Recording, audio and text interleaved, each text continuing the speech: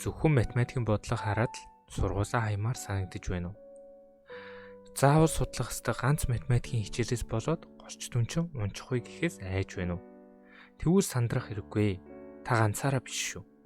Өнөөдөр бид дээд математик огт шаардлагагүй их сургуулийн ширдэг 10 мэрэгжлийг танилцуулах болно. Шууд бичлэгтээ орцгоё. 10 дугаарт харилцаа холбоо. Хэрэв та бусдад ярилцах дуртай, үгээр хүнийг татах чадвартай бол энэ яг тань зориулагдсан мэрэгжил.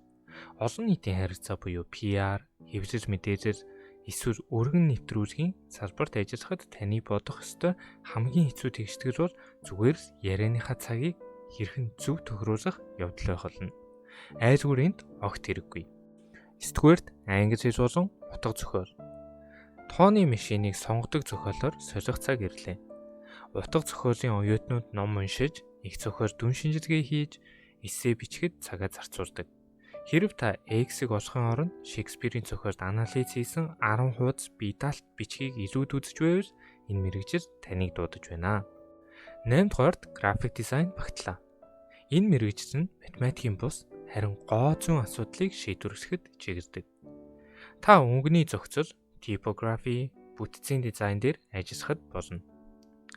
Зургийнхаа пикселийг хэмжихээс өөрөөр таны тарих зөвхөн бүтээж горимд л ажиллах болно. 7 дугаарт түүх. Өнгөрсөн үеийг судалж болох байтал яагаад математикийн одоогийн дүндээ санаа зовох хэрэгтэй гэж. Түүхийн оюутнууд эртний соёл иргэншил, дайн тулаан, нийгмийн хөдөлгөөнүүдийг гүнзгий судалдаг. Энд таны цээжлэх ёстой цорын ганц тов бол онсаар өдрөл байх болно. 6 дугаарт гадаад хэл. Испани, Хятад, эсвэл Франц хэл айсан ч бай хэл шинжилгээний зэрэг нь соёл харилцааг түлхүү судалдаг.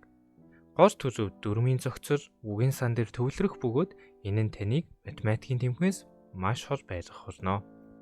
Жагсаалтын дунд буюу 5 дугаар байранд сургуулийн өмнөх боловсрол орж байна. Хэрэв та хүүхдүүдэд хайртай бөгөөд ирээдүйн хойч үеийг төлөвшүүлэхийг хүсч байвал энэ бол маш өгөөчтэй зам юм.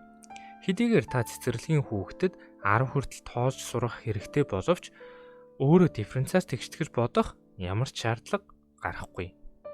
4-дүгээрт улс төр судал. Хэрэв та хууль, засаглал, бодлого судалд сонирхолтой бол энэ мэрэгжил таны хувьд төгс сонголт байх болно. Хэдийгээр зарим гүнзгийрүүлсэн ангиуд статистикийн суурьчийг шаардаж болох ч таны суралцсан хугацааны ихэнх хэсэг нь улс төрийн онол, эссе бичлэг, мөн ширүүн мэтгэлцээнүүдээс бүрдэх болно.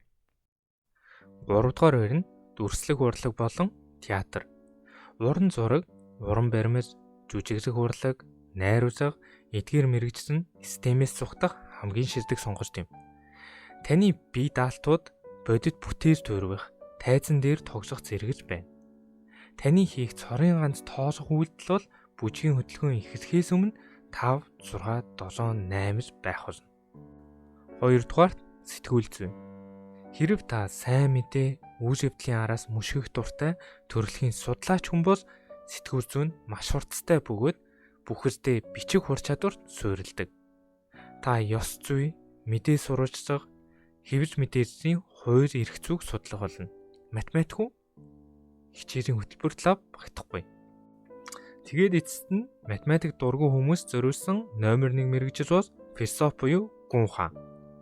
Энэхүү зэрэг нь оршихуй, мэдлэг, учир шалтгааныг судалдаг шинжлэх ухаан билээ. Та 4 жилийн турш яагаад гэж асууж гүн гүнзгий, аналитик, эссе бичихэд цагаа зарцуулна.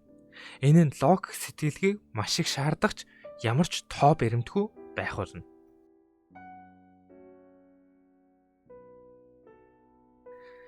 Эдгээр математик шаардлагагүй мэрэгжлүүдийн аль нь танд хамгийн их тохирох юм шиг санагдаж байна? Доор комент хэсэгт сэтгэлдээ үлдээгээрэй.